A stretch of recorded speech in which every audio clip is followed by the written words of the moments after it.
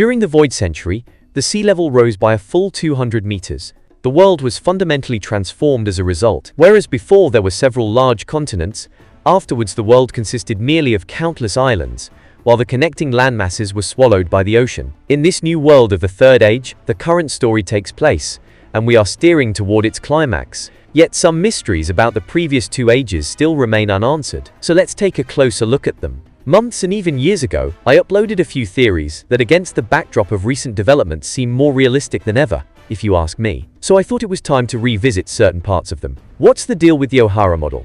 The red line?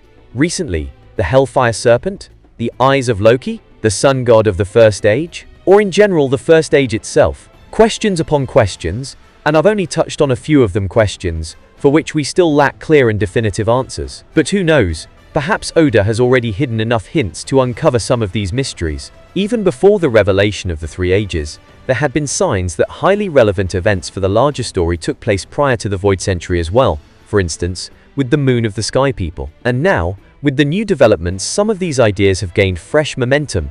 As I already mentioned, during the Void Century, the sea level rose by 200 meters. From various continents emerged many islands. The question is, did the world of the First Age also consist merely of several continents, or was it perhaps something else entirely? I suspect the latter is true. But if that is the case, what catastrophe was responsible? Or, one might ask, which catastrophe destroyed the First Age, the First World? Even though we don't know for sure why the sea level rose during the Void Century, the ancient weapons, and specifically Uranus, are a fairly safe bet. But about the First Age, we know far less. So let's begin with the evidence suggesting that the world of that age also underwent a transformation. Sanji dreams of finding the All Blue. The rumors about the existence of the All Blue have to come from somewhere. And if we consider that Sanji is one of the most important characters in One Piece, then there has to be some truth behind those rumors. As a result, we can be fairly certain that, on the one hand, there will be an All Blue at the end of the story. But what's even more relevant for us right now is that there must have already been one in the past. An ocean in which every single fish in the world lived. A super ocean, to be precise. That could very well mean that in the distant past, a super ocean existed that was also known as the All Blue. Now, the last super ocean on our own Earth, Panthalassa, existed at a time when there was only a single supercontinent. In other words, all the major landmasses formed one single continent, while there was simultaneously just one massive ocean. If we follow this logic, then the All Blue must have existed at a time when there weren't several continents on the One Piece world, but rather exactly one single supercontinent. Therefore it could look like this. In the First Age there was a supercontinent on the planet.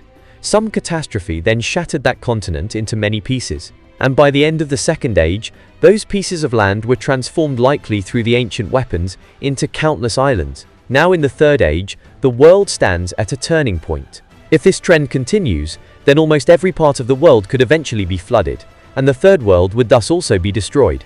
Unless something else happens if Luffy succeeds. What exactly this something else might be, however, won't be the topic here for now. Regardless, I'd say it would fit the picture quite well.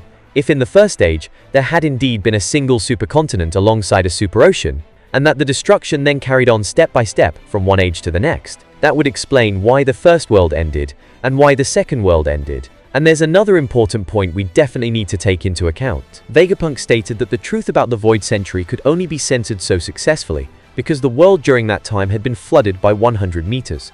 Such a flood naturally had extreme consequences for the entire globe. Some civilizations and their histories were completely swallowed by the ocean. Others were forced to abandon their homelands, surely leaving parts of their culture behind, including history books. Famines were almost certainly a worldwide phenomenon at that time. All of this combined made it far easier for the world government to erase the history of the Void Century, since a large part of it had already been destroyed passively by the flood itself. But what about the history of the First Age? We know that it is of extreme importance to the world's story. After all, it's not without reason that it is explicitly referred to as an age before the Void Century. We also know that there already existed advanced technology back then, as demonstrated by the structures on Elbaf or the technology of the Moon civilization. But apparently, this knowledge was lost, and there must have been a reason for that as well. So how about this? The First Age too ended in a worldwide catastrophe, one that not only destroyed the world itself, but also led to that technology being lost. Perhaps there was no organization like the world government at that time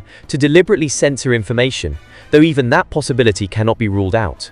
Either way, vast amounts of information about that time would have been lost in the transition from the first to the second age. The catastrophe that struck at the end of the second age, of course, would not have been selective either. Just as records from the second age itself were lost, some of the remaining records about the first age would have been destroyed as well. And if there were certain secrets about that time which someone like Imu wanted to erase, then alongside their censorship of the Void Century, they could have censored these earlier truths as well.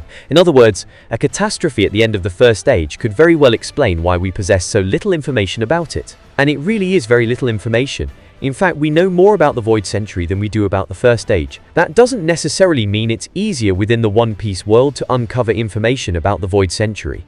It probably isn't, but it is an indicator that especially the critical information about the first age is incredibly rare. And beyond all of these points, there's one detail specifically tied to the Red Line that becomes very interesting in this context, namely, the castle that resides there. The castle where Imu and the Gorosei reside, where the Room of Flowers and the Empty Throne are located.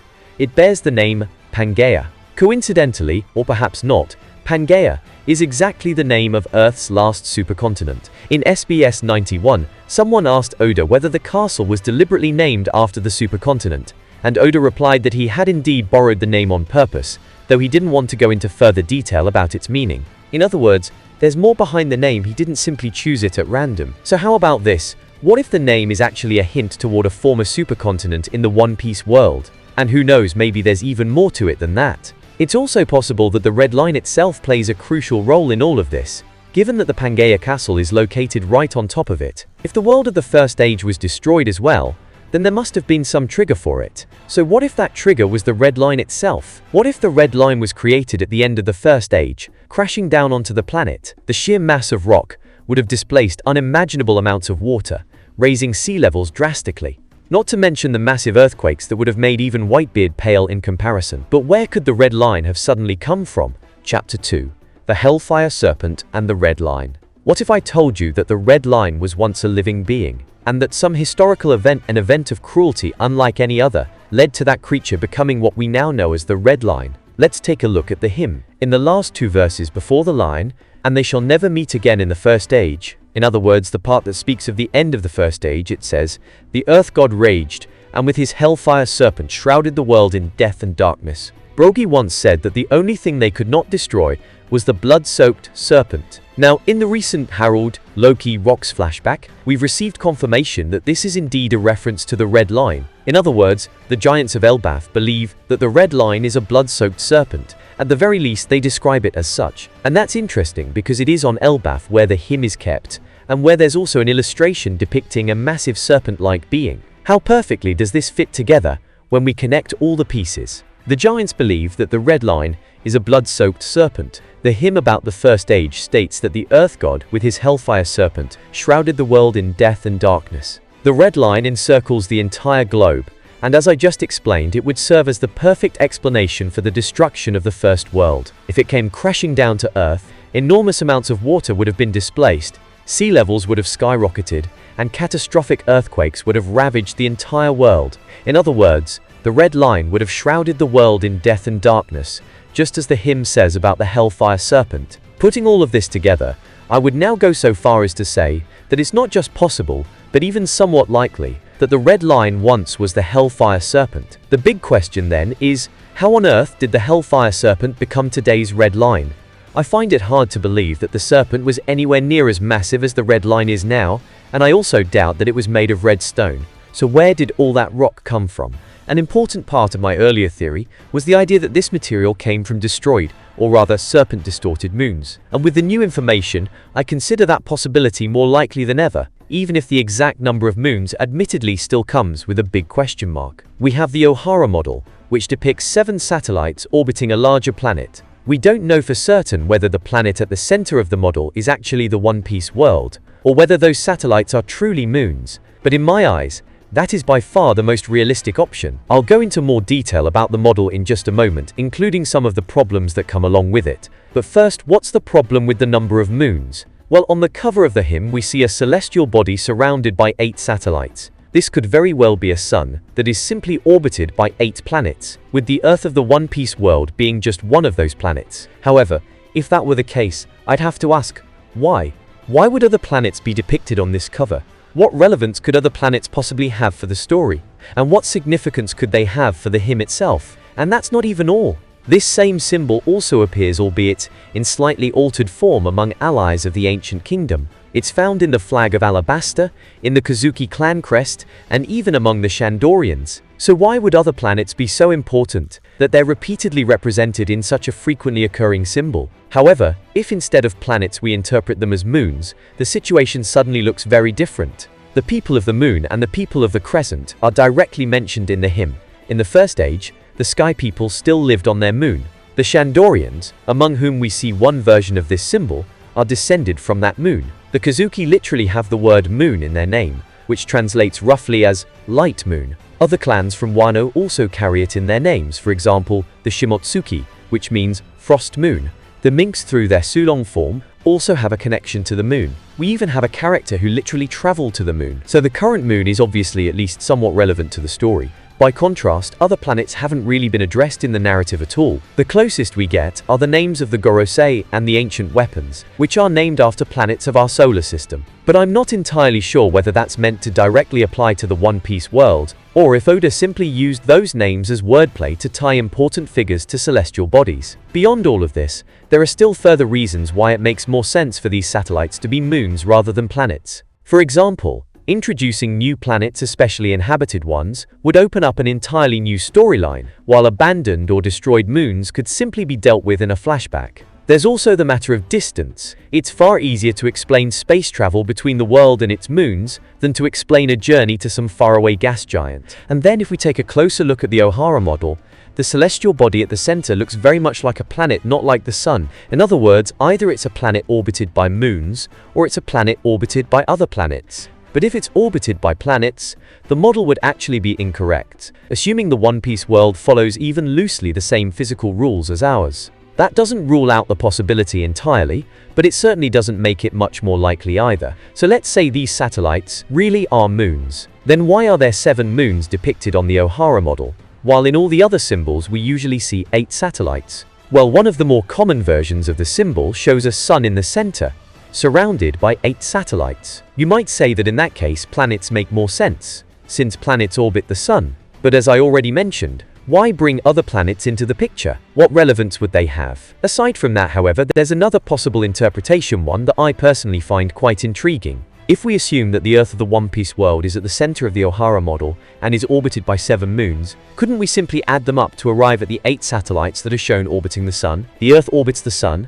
and the 7 moons orbit the Earth. While they are bound to the Earth, together with it they ultimately also orbit the sun, at least indirectly. So the 8 satellites could represent the Earth along with its 7 moons. And the fact that all of these celestial bodies are depicted might symbolically carry great significance. If in the past there were 6 additional moons besides the current one, and we know the current moon was inhabited, then why shouldn't the others have been inhabited as well? And if the other moons were indeed inhabited, then this might simply mean that before the sun, or perhaps the sun god, they were all equal. Whether from the Earth or the moon, before the sun they were all the same. They all equally strove for the freedom of the sun. How does the hymn end in the third age? The sun returns and brings a new dawn. They shall meet again. On the known moon, the sky people once lived, before they were forced to leave it a few hundred years prior to the Void Century, having consumed all of its resources. If we assume there were 6 additional moons, then who might have lived on them? Or was there anyone living on them at all? A few candidates do come to mind. How about the Lunarians, who literally carry the word Luna, moon, in their name? Or the Minks, who are clearly connected to the moon of the sky people through their Sulong form? And what about the Tontata, who would fit perfectly on a tiny moon? On top of that, we could imagine moons for the fishmen and the giants as well. That would neatly place, apart from humans who originated from the Earth itself, the clearly segregated races of the One Piece world, each on their own respective moon. The other known races could for the most part be seen as variants of the ones already mentioned. For instance, the Buccaneers have giant blood. The Three-Eyed Tribe are essentially humans, aside from their third eye, but even then, one moon would still remain unaccounted for. So if we are looking for another race that distinctly separates itself from the others, 2 candidates come to mind. The first are the Kinokobito. They may be special, but to me they look like they would perfectly fit with the Tontata. Not only are they super tiny, but their mushroom-like bodies align perfectly with the Tontatada's love of nature. Even their designs are quite similar. The second candidate I'd consider are the long-limb tribes. We have long-arm people, long-leg people, and even those known as snake necks. All of these tribes share the common trait that some part of their body is extraordinarily long. I would say that in theory, the long-limb tribes could all be connected as a single race, simply with different variations, long arms, long legs, long necks or snake necks and so on. Either way, we could divide the different races of the One Piece world between the Earth and the moons, and if all of them aside from the humans originally came from the moons and not directly from the Earth, then it would also explain why humans are so overwhelmingly dominant in numbers on the planet, especially if the majority of those moons were destroyed, taking with them the greater part of the civilizations that once lived there. This, in turn, could also explain why the Red Line is said to be drenched in blood, if indeed it was responsible for the destruction of these moons. Beyond that, it also ties neatly into the various stories surrounding these races. The Tontata in particular stand out here. Their tale says that long ago they left their home in search of resources they could not find there. The moon of the Sky People had been completely stripped of resources, though this happened sometime later. But who is to say that the Tontata's moon hadn't also reached its limits, which then forced them to embark on an expedition to the Blue Planet in search of what they lacked. And when their moon was destroyed, they became the survivors of their race. The story of the Lunarians is also interesting. We know that they lived on the Red Line, and only that they lived on the Red Line. Of course, we don't know whether they came from one of the moons, or perhaps even from the moon that still exists. But if the theory is at least correct in the sense that the Red Line was created at the end of the First Age, then it is quite intriguing that a race with the word moon in its name chose to live on the Red Line. The Minks are also a fascinating case. Not only do they have a more or less biological connection to the moon, but their homeland is interesting in the sense that at the end of the Void Century they no longer had one, and consequently moved to Zu. It could be that their homeland on Earth was destroyed, and that they had lived there for centuries, or even millennia beforehand.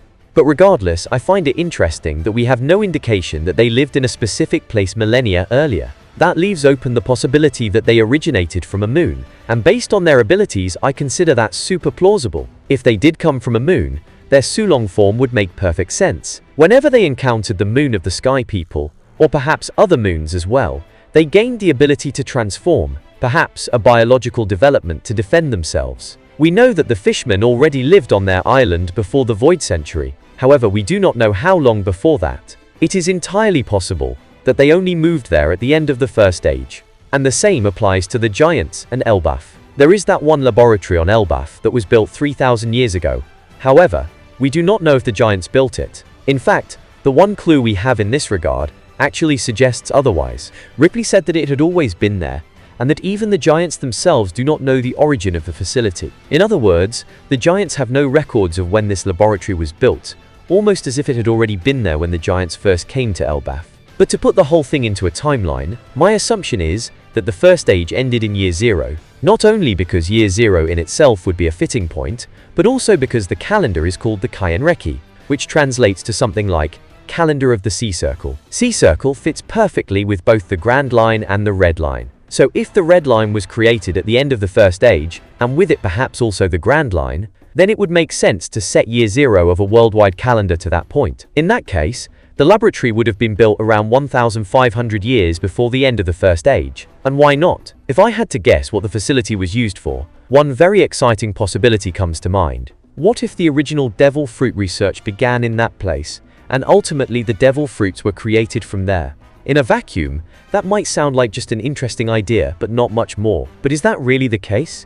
Vegapunk once spoke about devil fruits being the manifestation of dreams. Yet does that rule out the possibility that devil fruits were scientifically created? Even if we say that Vegapunk is 100% correct in his theory, not necessarily. It could still be that a scientific method was discovered to manifest dreams into devil fruits.